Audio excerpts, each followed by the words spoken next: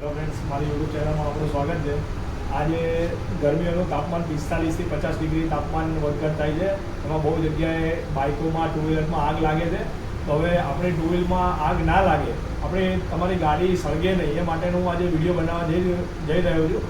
તો જેથી કરીને આપણે વિડીયો સ્કીપ ના કરતા, તમે એક બી વસ્તુ ભૂલશો તો આપણી ગાડી આગ લાગી શકે છે. એટલે હું તમને એક સ્ટેપ બાય સ્ટેપ બતાવીશ કે ગાડી તમારી આગ નહીં લાગે.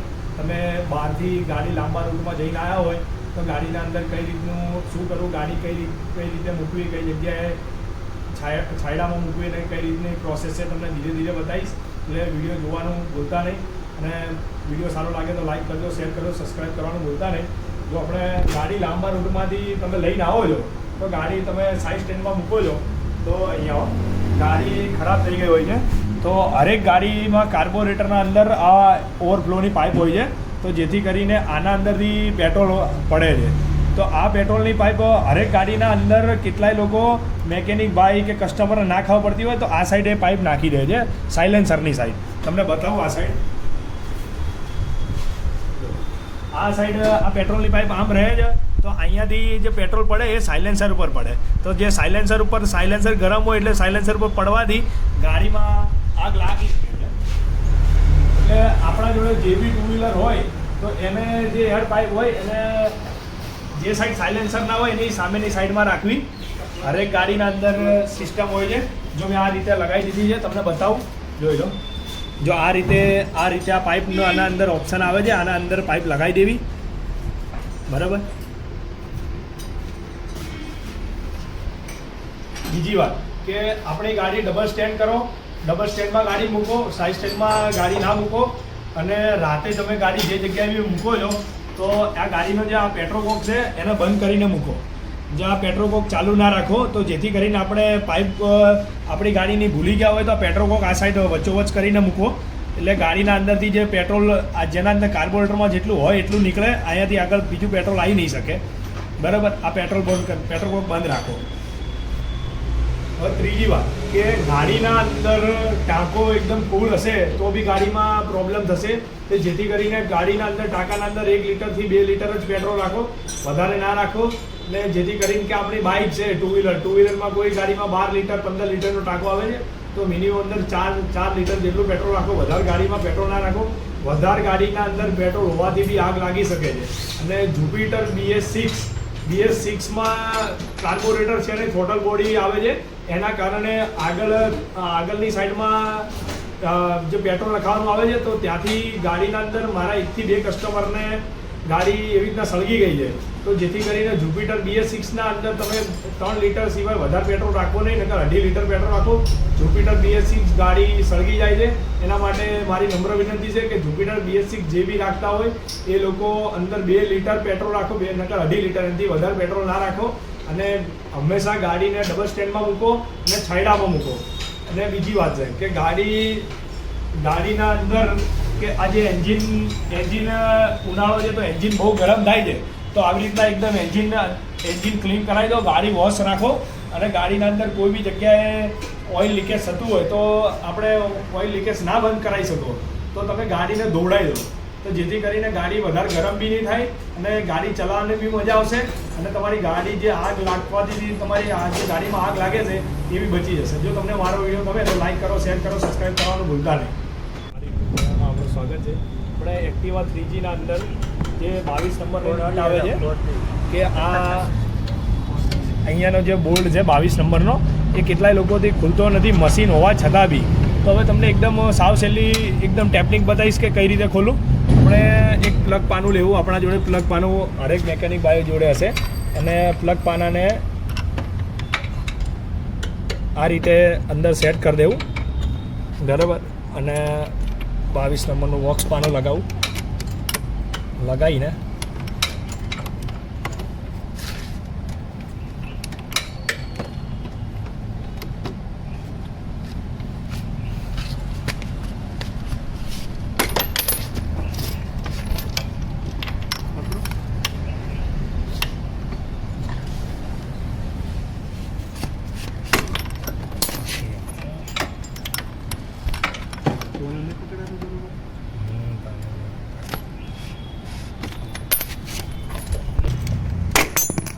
છટકી જશે આમ લગાવી જો ભાઈ આ રીતે એકદમ ઇઝી બોલ ખુલી જશે.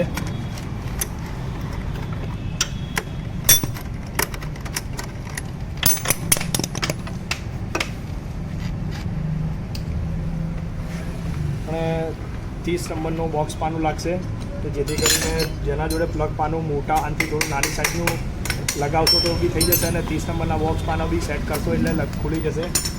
જો તમને મારો વિડીયો ગમ્યો હોય લાઈક કરો, શેર કરો, સબસ્ક્રાઈબ કરવાનું ભૂલતા નહીં, બેલ આઇકન દબાવો. હેલો ફ્રેન્ડ્સ, મારી યુટ્યુબ ચેનલમાં આપણું સ્વાગત છે. હવે અત્યારે ઉનાળો છે તો ગાડી આપણી બહુ જ ગરમ થાય છે. ગરમ આપણી ગાડી થાય છે. ગાડી તો જે તમે ચલાવો છો એ થાય છે, એનાથી નોર્મલી જ થોડી વધારે ગરમ થાય છે, વધારે ગરમ થતી નથી. તો મેં મારા ગેરેજમાં નવા કસ્ટમર આવે છે તો મને કેટલી વાર કહે છે કે સર અમારી BS6 ગાડી છે, અમારી BS3 BS4 ગાડી છે, ગાડી અમારી બહુ જ ગરમ થાય છે. પછી મેં ગાડીના અંદર ઓઇલ કાઢીને જોયું. મેં કીધું તમે ઓઇલ કેટલા કિલોમીટર ચેન્જ કરાવ્યું? કે સર અમે 1200 થી 1500 કિલોમીટરમાં ઓઇલ ચેન્જ કરાવી દઈએ છીએ. પછી મેં પૂછ્યું કે સર તમે કઈ કંપનીનું ઓઇલ નખાવો છો? એક ભાઈની એક્ટિવામાંથી અમે મને બતાવ્યું ઓઇલ. હવે તમને ઓઇલ બતાવીશ. હવે આવા તમે લોકલ ઓઇલ નખાવો છો. હવે આના અંદર એક્ટિવ પ્લસ ઓઇલ લખેલું છે. હવે તમને જો ઓઇલનું ડબલું બતાવીશ. હવે આવું તમે એકદમ લોકલ ઓઇલ નખાવો છો તો લોકલ ઓઇલ નખાવાથી આપણી ગાડીના અંદર એન્જિનમાં બી માર પડે છે, ગાડી ગરમ બી થાય છે, ગાડીનું એન્જિન બી આપણું ખરાબ થાય છે. તો જેથી કરીને મારા નમ્ર વિનંતી છે મારા ઓલ ભાઈઓને કે જે ટુ વ્હીલર્સ રાખે છે તે સારી ક્વોલિટીનું ઓઇલ બદલાવે. હું તમને ઓઇલ બતાવું કે તમારે કઈ કંપનીનું ઓઇલ વધારે બેસ્ટમાં બેસ્ટ નાખવું. તમારી ગાડી એનાથી એવરેજ બી વધશે, ગાડી ગરમ બી નહીં થાય અને ગાડીનું એન્જિન જલ્દી તમારું ચોટશે બી નહીં, ગાડીનું એન્જિન જલ્દી ફેલ બી નહીં થાય. ગાડીનું એન્જિન તમારે 2-5 વર્ષ સુધી કમ્પ્લીટ ચાલશે, કોઈ પ્રોબ્લેમ નહીં આવે. તમને ઓઇલ બતાવું.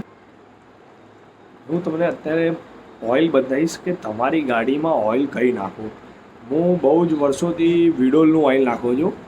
પણ વિડોલનું ઓઇલ 20-40 આવશે. આમાં બધા જ ઓઇલ આવશે 20-40, 20-50, 10-50. એમાં તમને નહીં ખબર પડે કે તમારે કયું નાખાવું. તમે વિડોલનું ઓઇલ એક્ટિવા છે, બાઇક છે, એના અંદર વિડોલનું ઓઇલ નખાવો. વિડોલનું ઓઇલ એકદમ બહુ જ સારામાં સારું ઓઇલ આવે છે અને હું મિનિમમ 4 વર્ષથી વિડોલનું ઓઇલ વાપરું છું. અને હું જે ગેરેજમાં કામ પહેલાં કરતો હતો મારા સેટને ત્યાં, મારા સેટ એમના બી સેટ જે વર્ષોથી વિડોલનું ઓઇલ વાપરે છે અને વિડોલની ઓઇલની કંપની બહુ જૂનામાં જૂની છે. આપણી ગાડીમાં વિડોલનું ઓઇલ નખાવશો તો આપણી ગાડી એકદમ સ્મૂથ ચાલશે, ગાડી ગરમ નહીં થાય અને તમારી ગાડીનું એન્જિન વધારે ચાલશે. આજે મારા જોડે એક્ટિવા છે, સાઇન ગાડી છે. મારી ખુદની ગાડી 2017નું મોડલ છે. બાઇક સાઇન બી ગાડી 2017નું મોડલ છે. આ જ ગાડી 17ના મોડલથી લઈને અત્યારે 2024 ચાલે છે. હજી સુધી મેં મારી સાઇનમાં એન્જિન નથી બનાવ્યું. મારી એક્ટિવામાં એક જ વાર એન્જિન બનાવ્યું અને હજી બી ગાડીના અંદર મેં ખાલી પિસ્ટનનું જ કામ કર્યું છે. હજી સુધી આ વિડોલનું ઓઇલ નાખતા મારી ગાડીનું અંદર એન્જિન બનાવ્યું નથી મેં. અને એ બી મારી ભૂલ છે કે વચ્ચે મેં ઓઇલ ટાઈમ ચેન્જ નહોતું કર્યું. એના માટે મારી ગાડીમાં એન્જિન બનાવવું પડ્યું અને હું ત્યારથી આ ગાડીનું ઓઇલ નાખું છું. એન્જિન બનાવ્યા પછી મારી ગાડી 50,000 કિલોમીટર એક્ટિવા ચાલી ગઈ છે. તો મારી ગાડીને હજી અંદર ઓઇલ ખાતી નથી અને ગાડી એકદમ કમ્પ્લીટ ચાલે છે. તો મારા હરેક ભાઈઓને નમ્ર વિનંતી છે કે આપ વિડોલનું ઓઇલ નખાવો.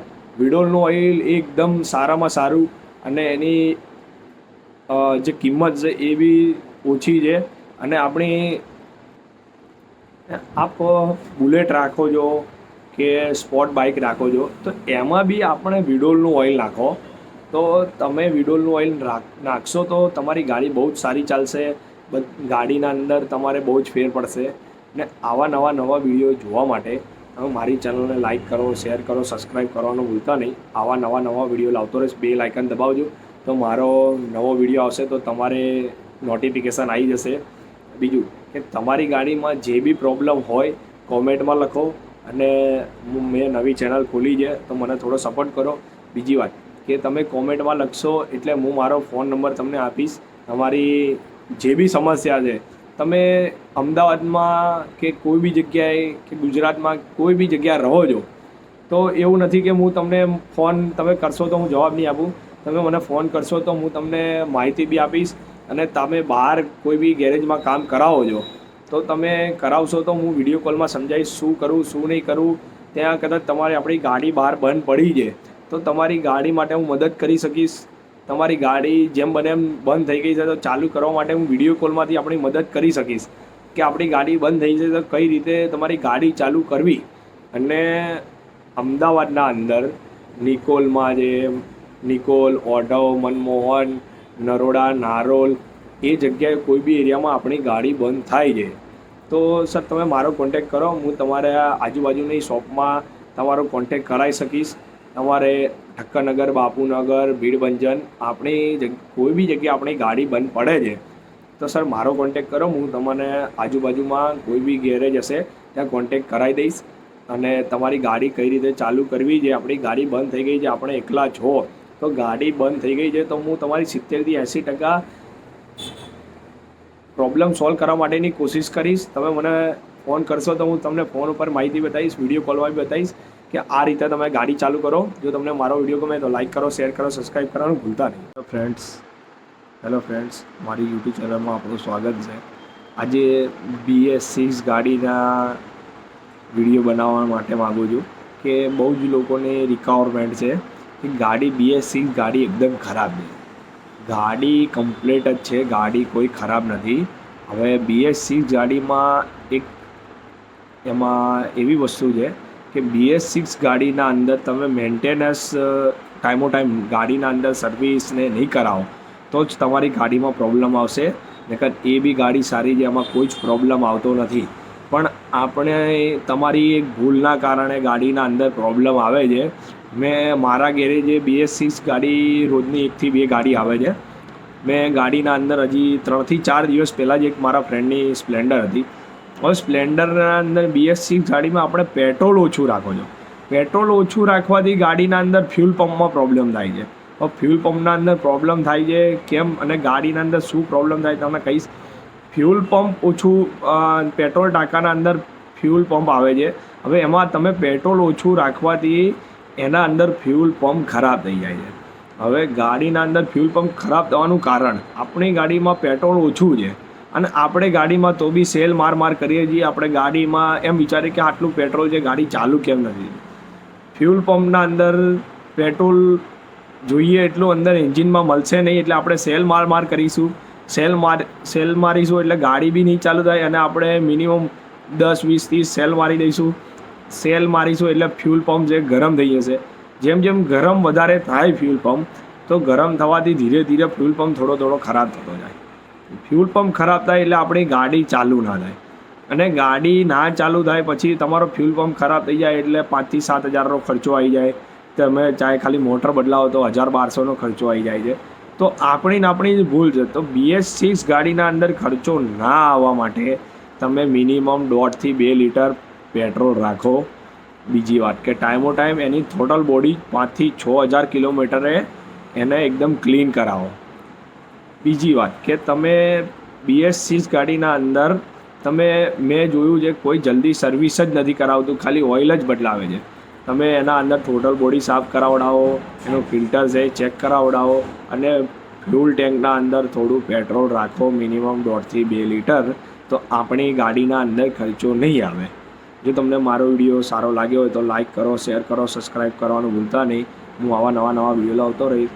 હું એક યુટ્યુબ ચેનલના અંદર 2 વ્હીલર્સને લગતા વિડીયો બનાવું છું અને યુટ્યુબના બી વિડીયો બનાવું છું. આપણી ચેનલ મોનેટાઈઝ થતી નથી, એમાં શું પ્રોબ્લેમ છે કે આપણા વ્યૂઝ નથી આવતા તો મને કોમેન્ટમાં લખો, હું એ માટેનો વિડીયો બનાવીશ.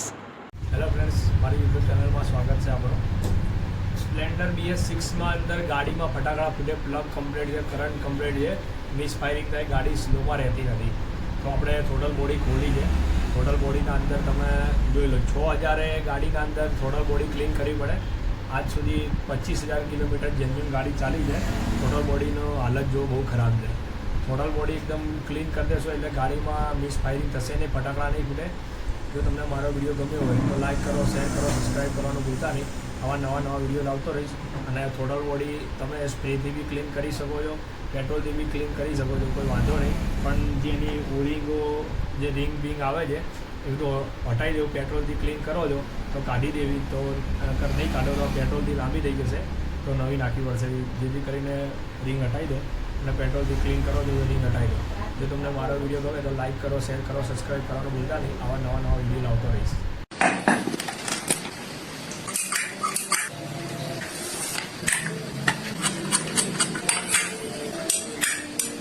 મારી ચેનલ ગમે લાઈક કરો, શેર કરો, સબસ્ક્રાઈબ કરવાનું ભૂલતા નહીં. બેલ આઇકન દબાવો. આવા નવા વિડીયો લાવતો રહીશ.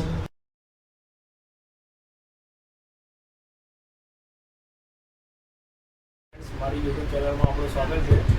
અને ગાડીના અંદર બિલ બધું એકદમ ફ્રી હોય છે. ગાડીના અંદર કાર્બોરેટર સર્વિસ કરાવો, તમે ઓઇલ ચેન્જ કરાવો તો એ ગાડી તમારી એવરેજ નહીં આપતી. અને ગાડી આપણે ચલાવો તો આગળ સ્ટીરિંગના અંદર વાઇબ્રેશન આવે છે અને ગાડી એકદમ ઝાટકો મારી ચાલે છે. ગાડી ચલાવો અને છોડી દો એટલે ગાડી તરત દબાઈ જાય છે. જૈસે ટુ વ્હીલરમાં એક્ટિવા, એક્સેસ છે, મેક્સ્ટ્રો છે, દરેક ગાડીના અંદર તમે ગાડીના અંદર ક્લચ સર્વિસ કરાવો. ક્લચ સર્વિસ કરાવશો એટલે ગાડીના અંદર ઓટોમેટિક એવરેજ બી વધી છે, પિકઅપ બી વધી છે અને ગાડી જે વાઇબ્રેશન થતી બંધ થઈ જશે. તો એકદમ ક્લચ સર્વિસ કરાવો એટલે આ બધી એકદમ ફ્રી થઈ જશે. ક્લચ સર્વિસ નહીં કરાવતા એટલે આ બધું જામ થઈ જાય છે. અને જો અમે ક્લચ સર્વિસ કર્યો છે એકદમ આટલું ફ્રી હોય તો તમારી ગાડી એકદમ વાઇબ્રેશન બી નહીં મારે, ગાડી એવરેજ બી આપશે. તો તમને મારો વિડીયો ગમે તો લાઈક કરો, શેર કરો, સબસ્ક્રાઈબ કરવાનું ભૂલતા નહીં. આવા નવા વિડીયો હું લાવતો રહીશ. હાય ફ્રેન્ડ્સ, મારી ચેનલનું નામ ખોડોર ઓટો ગેરેજ છે. મારી યુટ્યુબની ચેનલનું નામ ખોડોર ઓટો ગેરેજ છે. મારું નામ વિકાસ સગવારા. આ ભાઈએ ગાડી કાલ સવારે જ ગાડીના અંદર પ્લગ નખાયા અને પ્રોબ્લેમ કે છે ગાડી દબાઈને ચાલે છે, ઝાટકા મારે છે. હવે કોઈ ગેરેજવાળાએ ચાઇનાનો પ્લગ નાખી દીધો છે અને એક બોસનો પ્લગ જૂનો નાખી દીધો છે. મેં બંને પ્લગ ઓરિજિનલ નાખી દીધા છે, ગાડી એકદમ કમ્પ્લીટ કરાવી દીધી. અને બીજા ગેરેજવાળાએ આ ભાઈને એમ કીધું કે આના અંદર 6,500 રૂપિયાનો ખર્ચો છે. આ ગાડીમાં 180 રૂપિયામાં ગાડી કમ્પ્લીટ થઈ ગઈ છે, ક્યાંય વાયરિંગનો પ્રોબ્લેમ નહીં. બીજા ગેરેજવાળાએ એમ કીધું કે વાયરિંગનો પ્રોબ્લેમ છે, સીડીઆઈ નાખવી પડશે. કોઈ સીડીઆઈ નાખવાની કોઈ જરૂર નથી. 2 પ્લગ નાખી દીધા, ગાડી એકદમ કમ્પ્લીટ થઈ ગઈ છે અને એર ફિલ્ટર નાખવું પડશે. જો તમને મારો વિડીયો ગમે તો લાઇક, શેર, સબસ્ક્રાઈબ કરજો. બેલ આઇકન દબાવવાનું ભૂલતા નહીં.